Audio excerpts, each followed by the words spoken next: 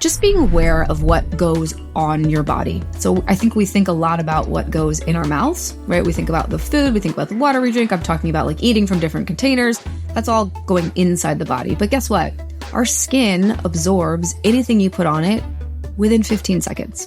So whatever you're putting on your skin, whatever you're cleaning with, whatever makeup you're using, whatever lotion, whatever shampoo, anything that touches your skin after 15 seconds, it's basically like you're eating it. You're tuned in to the Dr. Kinney Show, and I'm your host, Dr. Erin Kinney, a naturopathic doctor and speaker dedicated to unraveling the mysteries of your body and guiding you back into balance. Let's get started.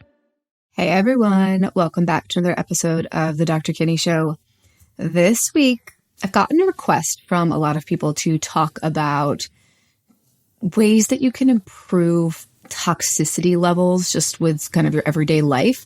So I spoke in one other episode, I was talking about when you microwave butter, something happens to the butter, the conformation of the fat changes and it actually turns into a carcinogen.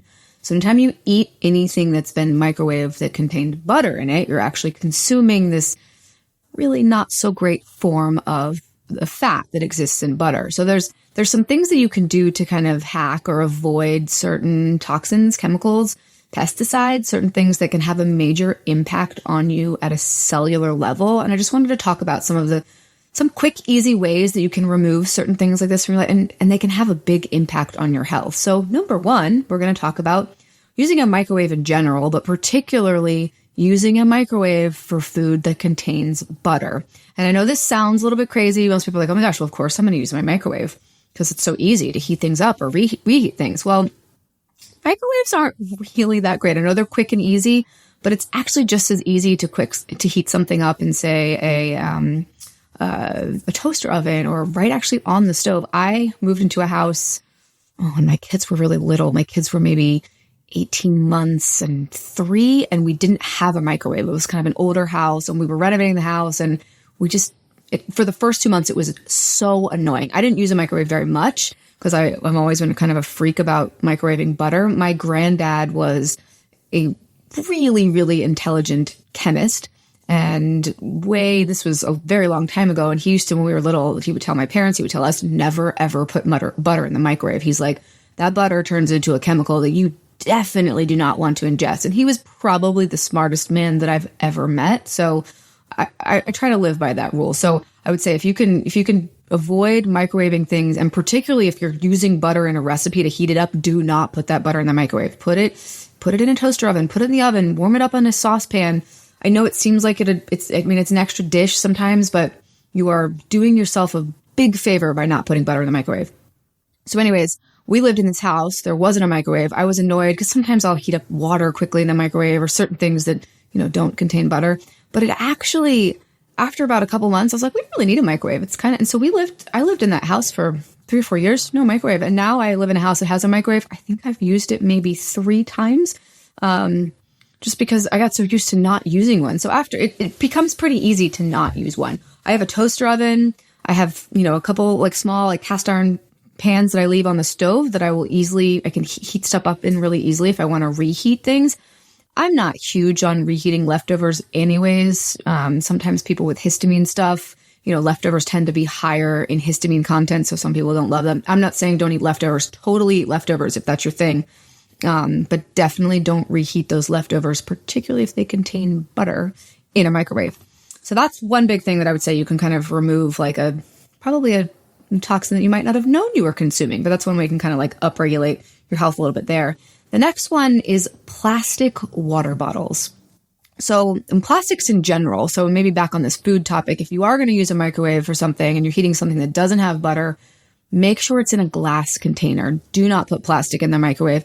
Plastics, when you heat them, they off-gas, and they're going to off-gas whatever chemical is in that plastic. Now, there are certain plastics that are somewhat safer. The BPA-free ones went up, but they still have chemical compounds in there, which, again, when they're heated or when they if they go to extreme temperatures, they are going to off-gas certain chemicals that when your body consumes them, it's one more thing your liver has to break down. And some of those compounds are things your body actually doesn't know how to break down. So you know what it does? It's going to put it in your fat cells. It's like, I don't know what this is. I don't know how to get rid of it. It seems like it's going to cause damage to organs, tissues. So I'm just going to store it in the fat over there because fat acts as a protector against things. So the more chemicals and the more crap we consume that our body doesn't have the capability to remove, again, it's going to go into your fat cells because that's how your body protects you from those chemicals. Now, this is all fine and well until you want to go to try to lose weight. And sometimes people really struggle with getting rid of fat cells if those fat cells contain toxins that the body's like, yeah, no, we're not getting rid of that fat cell. That fat cell's got, you drank out of those 4 plastic water bottles when it was 80 degrees outside and yet off gas, all that stuff. No. We don't want to deal with that right now. We're overloaded. You're drinking caffeine and alcohol and doing all the other things. The body's like, I got to deal with that. I can't handle detoxing what's already in there. So you guys know that analogy that I use about the house, your body being a house. And, when you want to lose weight, it's like that basement closet filled with junk. Every time, so like, eating any sort or consuming or being exposed to certain chemicals, it's like someone bringing in stuff to your house that you're just storing in the basement. You're like, yep, that's not something I even want. I don't even need it. It's ugly. Get rid of it. Just put it in the basement. But you don't have the time or the space to like either tell them no or take it to the dump or take it somewhere. So you're like, it's just going in the basement. We're just going to put it there. And the stuff just keeps accumulating and accumulating. And this can be a problem over the time of our life. So the less stuff that we can let in, this is really funny right now because I live in a smaller house than I used to with my 2 children who are constantly bringing in toys and stuffed animals and, kids that there's art projects and crafts. And we're currently in a phase where we are just cleaning out everything. I'm like, we're in the cleaning out the basement phase. I'm getting rid of it all because things are overloaded. There's no room for anything. But this happens in your body. And I find this metaphor people resonate with because everyone knows like you get to that point where like there's just too much stuff. And you're like, oh my gosh, I need to take a weekend so I actually have the time and the space to get rid of it. But so one of the ways we can prevent more stuff from coming in are stopping some of these toxins. So like I said, don't microwave butter, plastic water bottles. I have a rule for me personally that I only drink out of a plastic water bottle if like there's no other source of water and I'm so parched and I can't access, then I'll be like, okay, and sometimes that's on an airplane when I don't want to carry, my refillable water bottle. But though you don't know, so the thing about plastic water bottles is you don't know where that plastic water bottle has been. You don't know if it sat in a hot truck for 2 hours before they just popped it in a refrigerator. So there can be a lot of off-gassing chemicals in the plastic water bottles that you might not have control over. So maybe you buy them and you keep them cold and you're like, oh, these haven't gotten too hot or too cold. They're going to be fine. It's always a little bit of a crapshoot with plastic water bottles. So, and I find, and I've talked to a lot of my patients about this, when you stop drinking out of plastic water bottles, you'll notice that the water tastes different. Like when you drink out of when you fill your water up from like a filtered water somewhere, and then you go say drink it, even with like a nice like a Fiji water or something that you're like, I can just taste a little bit of a chemically taste. So I know it's not always the easiest thing, but go purchase one of those cool Stanley cups that everyone's getting and get a good water filter or, and a lot of, if you work somewhere or your gym, like you're going to have access to filtered water. And so our bodies aside, it's so much better for the environment too, to not be, using plastic upon plastic upon plastic. So it's kind of a win-win for our bodies and the earth. So that's number 2. So kind of on the same plastic line of thinking is takeout containers. So, takeout food has got its whole thing. I'm not going to talk about the actual food, but when you order takeout, typically they put that food in a plastic container. And the food is usually very hot. You put hot food into plastic, the plastic becomes warm. We are then going to get off-gassing from the plastic into the food.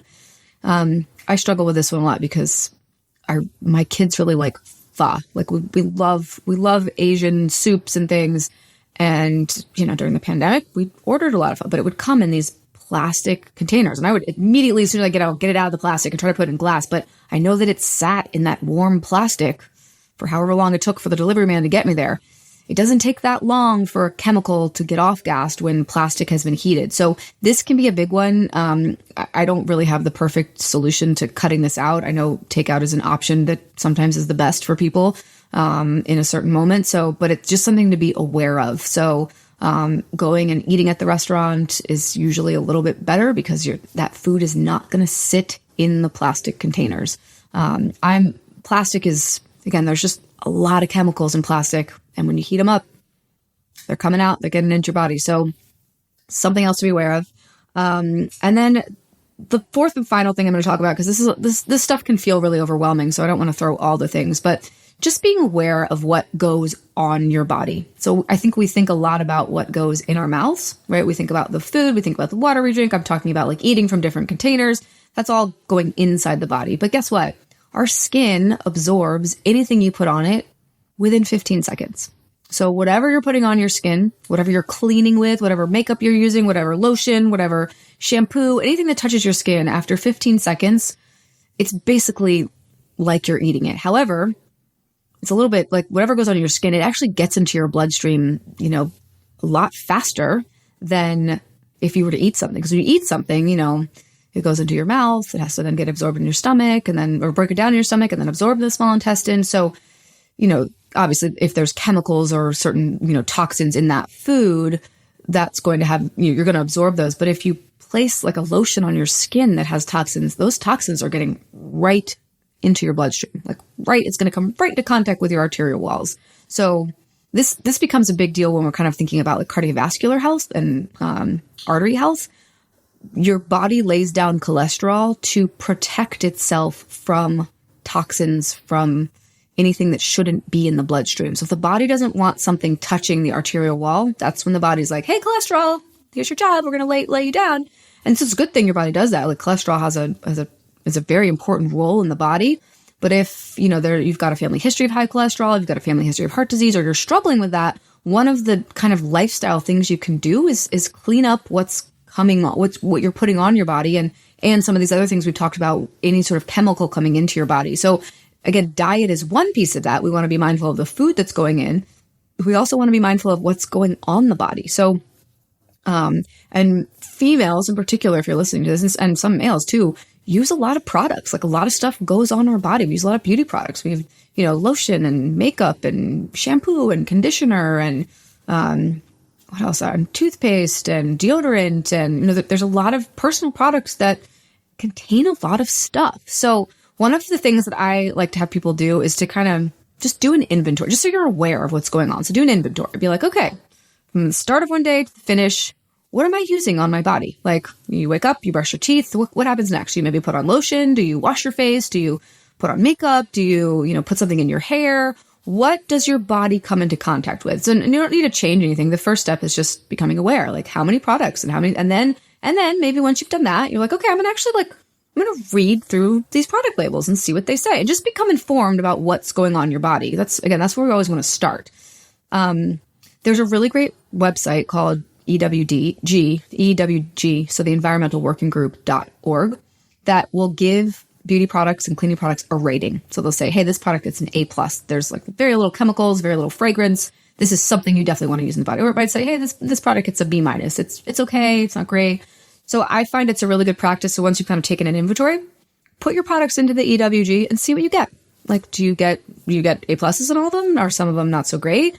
And, our bodies can handle some of this stuff. Like our liver, we do have the capability to break down some stuff. But if you're using a lot of stuff and you're having a lot of symptoms, or you can't lose weight, or you feel really fatigued, or your body's really struggling, it might be time to change some of the things that your body is having to detox and get rid of. We might need to go on a break where we're like, what? I'm not going to use as many beauty products for a while. I'm going to make some of those changes. I'm going to stop microwaving butter. I'm going to, stop using plastic water bottles. I'm going to, not get as much takeout, or maybe I'll go eat at a restaurant, but I'm not going to have it sent home in a plastic container where the plastic gets into the food.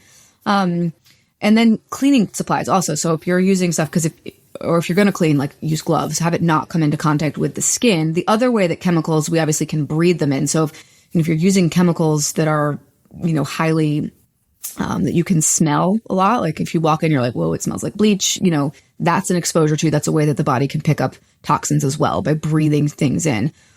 On that note, candles and plugins with scents, any sort of scent, these can be another kind of hidden way that your body can get toxins. So candles are a big one. I love candles, and candles are great. they often contain a lot of chemicals in them. So when you burn the candle, those chemicals are getting out into the air. You walk into a room, you breathe them in. And so this is particularly a big deal if you're trying to get pregnant for both men and women. So all of these toxins can go in, and they are endocrine disruptors for you and also potentially for the little one that you might want to make. They can affect egg, they can affect sperm. I just was a part of this really cool fertility summit, and there's a lot of talk about toxicity and clothing that you wear and toxicity and all the stuff that's coming in, and just being really mindful of what's coming into contact with your body. And fertility is one thing. Obviously, this can have a big impact on your actual endocrine system. So, I treat a lot of patients for hormone imbalance, and fragrances and a lot of these chemicals have a major impact on your hormones.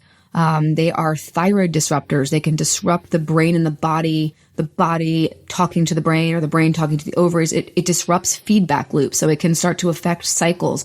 I think this is particularly an important topic to make sure that teenage boys and girls are aware of, particularly if they're struggling with acne or skin issues or hormone issues or anxiety or mood issues. If they're using a ton of bath and body products and slathering stuff all over them and candles and scents in their cars, and it might be time to make a little bit of a change. The good news is you can still use products. You can still have good smelling candles. You just want to make sure that they're done with essential oils or more natural things that don't contain all the chemicals. So essential oils can be a really nice swap. If you really like your home smelling a certain way, go get a diffuser and pick out some essential oils that you like, or you can get, candles that are made with essential oil and not with chemicals.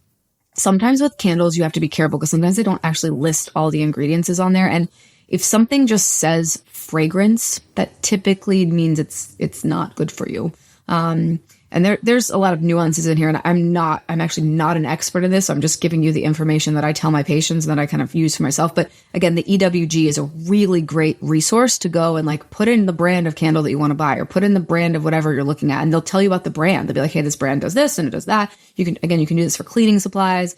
They also come out every year with the Dirty Dozen and the Clean 15. So for organic fruits and veggies and non-organic fruits and veggies, it gives you the Dirty Dozen are the fruits and veggies that you absolutely want to buy organic. So this is another big realm that I didn't really put in that list of the anything, but making sure that your food is not heavily pesticide laden is a big one. Pesticides are poison, and they come into the body and they wreak havoc on your digestive tract. They cause a lot of problems.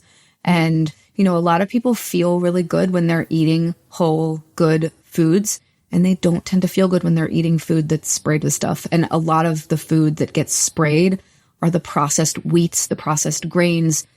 This is why a lot of people feel better. So maybe you don't have an actual gluten issue. Maybe you don't have celiac. Maybe you don't have a gluten sensitivity, but you cut out gluten. You're like, wow, I feel so much better. Gluten is one of the most pesticide-laden foods that we have. So most people feel a lot better not eating gluten because they're not consuming high levels of pesticides. So that's a big one. And like I said, fruits and veggies can be, there are certain ones that it's very important to buy organic, but then they also come out with this list called the Clean 15, and this changes from year to year, depending on where things are grown, what's being sprayed. And so they do a pretty good job of staying up to date on what's happening, where things are coming from, and how to make sure that, you're buying, if you're going to spend the money on organic, you're doing it for the right reason versus, if you're okay, usually, fruits and veggies with thicker skins, like bananas or, sometimes melons are on that Clean 15. So those you don't necessarily need to go hunting for organic grade. You certainly can. And it's obviously organic's always going to be a little bit better, but there are some things that it's not as important, but usually the berries, so strawberries, raspberries, blueberries, asparagus. There's a few other things that are usually always on that Dirty Dozen list, but that's a really good, again, that website is a great resource for all of these things that I'm talking about today. So, and again, kind of the idea about this,